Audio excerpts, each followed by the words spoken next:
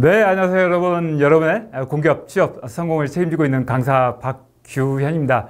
오늘은 여러분들과 함께 여러분들께서 오랫동안 기다려 오셨을 근로복지공단 자기소개서 항목을 분석해 보고요. 어떻게 작성해야 되는지 이야기를 나눠보도록 하겠습니다.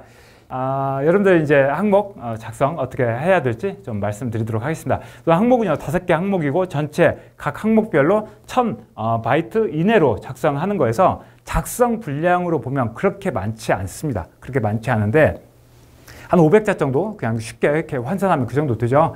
그런데 이게 문제는 뭐냐면요, 이 작성하는 것이 근로복지공단이 어려운 단어들과 표현들을 좀 써줬어요. 그러니까 여러분들께서 어떤 개념이 좀 애매모호한 것들을 넣어놨어요. 그러다 보니 이것 때문에 여러분들께서 작성하는데 굉장히 어려울 것 같아요. 대표적인 게 여러분들 뭐 직업관 같은 것들 있죠. 그 다음에 가치, 뭐 역량, 전문성 이런 단어들 때문에 여러분들께서 좀 많이 힘들어 하실 것 같아요. 그런데 너무 어렵게 생각하지 마시고요. 제가 드리는 말씀, 설명들 좀 이해하시면서 하나씩 가시면 될 것 같습니다. 우선 첫 번째 항목이죠. 여러분들께서 직업을 선택할 때 가장 중요하게 선택하는 기준은 무엇인지 이야기하고 근로복지공단을 이것을 근로복지공단을 지원한 동기와 결부시켜서 기술을 해달라고 하고 있습니다. 그래서 여러분들이 직장 어떤 직업을 선택하는 기준을 먼저 이야기해 주시고 그게 우리 근로복지공단에 왜 우리를 선택한 어떤 지원한 동기하고 어떤 연관이 있는지 그 부분을 써주시는 겁니다. 두 번째 항목은요, 지원한 직무의 전문성을 갖추기 위해서 그동안 어떠한 노력을 기울였으며 그 결과 타인과 다른 사람과 차별화된 여러분만의 역량은 무엇인지를 써달라고 이야기하고 있습니다. 그다음에 이제 세 번째 항목은요, 예상치 못했던 어려운 상황에서 문제점을 분석해서 해결 방안을 제시했던 경험에 대해서 써달라고 이야기하고 있고요. 이 항목의 경우에 작년에 이제 좀 비슷한 항목이 있었어요. 예상치 못했게 뭐 자원의 부족 이런 부분들로 해서 어떤 항목이 있었는데 그 항목이 약간 변형돼서 새로운 버전으로 나왔습니다. 그다음에 이제 세 번째 항목은요, 학교나 회사와 같은 조직에서 적극적인 소통을 통해 갈등 관계에 있었던 상대방의 협력을 이끌어냈던 경험을 써달라고 이야기하고 있고요. 이거 역시 작년에 비슷했던 경험이 있습니다. 그래서 작년에 혹시 지원하셨던 분들은 작년에 썼던 자기소개서 항목 내용을 일단 가져와서 좀 먼저 재활용하면서 작성하시는 것도 나쁘지 않을 것 같습니다. 그다음에 이제 마지막 항목이죠. 올해 이제 하나가 더 늘었어요. 본인의 삶에서 가장 중요하게 생각하는 가치는 무엇이고 공단 직원으로서 직업 윤리의 중요성을 여러분의 가치관을 중심으로 기술을 해달라고 하고 있습니다. 이런 앞서 말씀드렸던 것처럼 가치관, 뭐 역량, 전문성, 직업관, 뭐 기준 이런 것들 때문에 어려운데 실은 하나씩 훑어보면 분석해보면 그렇게 어렵지는 않습니다. 마지막 항목이죠. 5번째 항목. 자, 여러분들의 삶에서 가장 중요하게 생각하는 가치는 무엇이고 또 공단 직원으로서 직업 윤리의 중요성을 여러분의 가치관을 중심으로 써달라라고 이야기하고 있습니다. 일단 제시된 문항 자체가 좀 어렵습니다. 자, 작성 주제는요, 여러분들의 어떤 가치관 또 직업 윤리를 보여주는 항목이고요. 이 항목을 작성하는 방식은 논리서술로 작성하시는 거예요. 자, 그래서 크게 두 가지로 나뉘는데 첫 번째는 가치관 부분을 쓰는 부분이고요. 또 하나는 직업 윤리를 쓰는 거예요. 자, 내가 가장 중요하게 생각하는 가치관은 이거야. 나의 책임을 다하는 거야. 라고 이야기해 주시는 거예요. 나의 책임을 다하는 거에 대한 설명을 해 주는 거예요. 나의 자신의 책임을 다한다고 하는 것은, 그리고 그게 왜 중요한지, 자신의 책임을 다해야만 다른 사람에게 피해를 주지 않고 조직의 목표를 달성할 수 있어. 이런 내 생각, 이유를 이야기해 주시는 거예요. 그 가치관이 어떤 건지 설명해 주고 그 다음에 그 가치관이 왜 중요한지를 이야기해 주시는 거예요.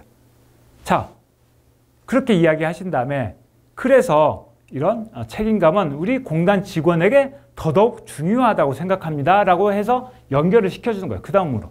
자, 그 다음 단락으로 넘어오면 자, 우리 공단이 왜 중요한지 이런 가치관, 이런 가치가 왜 우리 공단 직원에게 왜 중요한지를 이제 이야기하기 위해서 쓰는 거예요. 그래서 공단 직원은 이런 일들을 하고 있어. 이런 막중한 책임을 갖고 있어를 설명해 주시는 거예요. 홈페이지 이런 데 보면 많겠죠. 그런 문장들. 자, 그런 것들을 가져다가 이렇게 중요한 역할을 하고 있어. 그래서 이렇게 직업 윤리가 중요해. 직업 윤리가 중요한 거예요. 여러 가지 직업 윤리가 중요한데 그 중에서도 나는 책임감이 더 중요하다고 생각해요. 왜냐하면 여기서 책임감을 이야기했으니까. 그래서 그 직업 윤리를 여러분들이 준수하고 실천할 계획과 다짐을 이야기하는 거예요. 그걸 통해서 여러분들이 이런 가치를 실현하고 또 조직과 사업에 기여하는 것을 이야기해 주시면 되는 겁니다. 자, 그런데 이 직업 윤리라고 하는 게 실은 스펙트럼이 굉장히 넓어요. 자, 직업 윤리는 굉장히 넓습니다. 굉장히 넓은데 여러분들이 가장 중요하게 생각하는 가치는 이거일 거라는 거예요. 이거. 그래서 여기에 이 직업 윤리의 중요성 예를 여기다 써주셔도 돼요. 굳이 직업윤리가 중요한 어떤 네이버 백과사전 이런 거 보면서 직업윤리의 중요성 이렇게 뻔한 이야기 쓰지 마시고 이 내가 어떤 책임감이라고 이야기했으면 이 책임감이 왜 중요한지를 여기다 써주시는 거예요. 이런 것들 써주시고 그렇게 되면 여기하고 이제 좀 중복 두겠죠. 그렇다면 여기에서는 이 중요한 이유나 이런 생각들은 제외하시고 그 책임을 다하는 것만 설명을 해주시고 넘어오시는 거예요.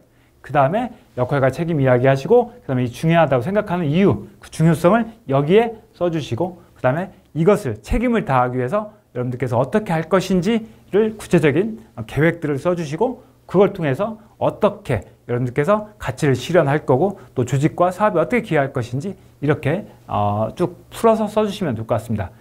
자, 차관상은요 가장 중요하게 생각하는 여러분들의 자신, 여러분들께서 나는 이게 내가 가장 중요하다고 생각해. 이런 자세나 태도 있죠. 자세나 태도. 이것을 그냥 가치라고 생각하시면 돼요. 너무 어렵게 생각하지 마십시오. 이번 항목도 어렵게 생각하면 쓰기 어렵습니다. 근데 쉽게 생각하면 생각보다 쉬울 수 있어요. 그래서 여러분들이 중요하다고 생각하는 가치 있죠. 어떤 자세와 태도. 여러분들이 중요하다고 생각하는 자세와 태도를 나는 이게 가치야 라고 생각하시고 거기에다 써주시는 거예요. 자, 그런데 어떤 것들이 그러면 내가 중요하게 생각하는 자세가 태도 이런 것들이 또 가치가 될 수 있느냐. 우선 책임감, 성실함, 또 끊임없는 노력, 자기개발 같은 것들이 되겠죠. 그다음에 공정, 그다음에 정도를 추구하고 청렴하고 또 약속을 잘 지키는 것. 자, 이런 것들이 여기 말씀드렸던 책임감, 성실성, 어떤 자기개발 노력, 또 공정성, 정도 추구, 약속을 잘 지키고 도전하는 것 이런 것들이 여러분들이 가장 중요하게 생각하는 것들이라는 거예요. 이런 것들이 바로 여러분들의 가치가 된다는 거예요. 여러분들에서 삶에서 가장 중요한 가치라는 거예요. 이런 것들이 실은. 이것을 가치라고 이야기하시고 작성하시는 겁니다. 자, 그 다음에 여러분들이 공단 직원의 어떤 역할과 책임을 좀 이야기하시면서 여러분들께서 만약에 정도를 추구했던 거 있죠? 이 정도를 추구한 것을 선택했다라고 하면 여러분들께서 공단 직원은 이런 일들을 하는데 그래서 정도를 추구하는 게 꼭 필요하다고 생각해 라고 말씀해 주시는 거예요. 그래서 그런 직업윤리의 중요성을 이야기해 주시는 겁니다. 그리고 여러분들께서 직업윤리를 준수하고 또 실천하는 노력을 통해서 가치를 실현하고 조직에 기여하는 쪽까지 결론을 내려가시면서 마무리 지으시면 될 것 같아요. 이 항목 쓰실 때 앞선 항목들도 마찬가지지만 거창한 표현보다는 여러분들께서 쉽고 편안하고 또 진솔한 생각들을 좀 전달할 수 있도록 작성하시면 됩니다.